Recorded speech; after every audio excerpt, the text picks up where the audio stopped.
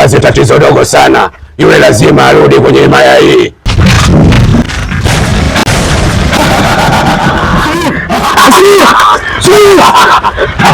Sasa nataka urudi kwenye kilenge kule.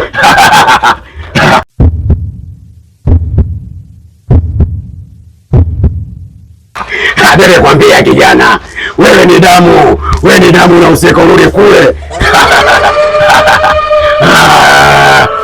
Unielewe sasa, mzukuru wangu yule mwana Kobwela, umepanikiwa kijana, tulia. Anarudi anarudi. Kijana tulia, mjukuu wangu, usiwe na shida. Nilikwambia. Sasa nilikwambia anarudi, amerudi. Huyo hapa.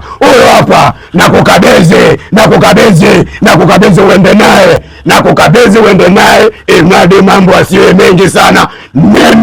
Nenda ukamweke chini ya uvungu, asikilizie milio.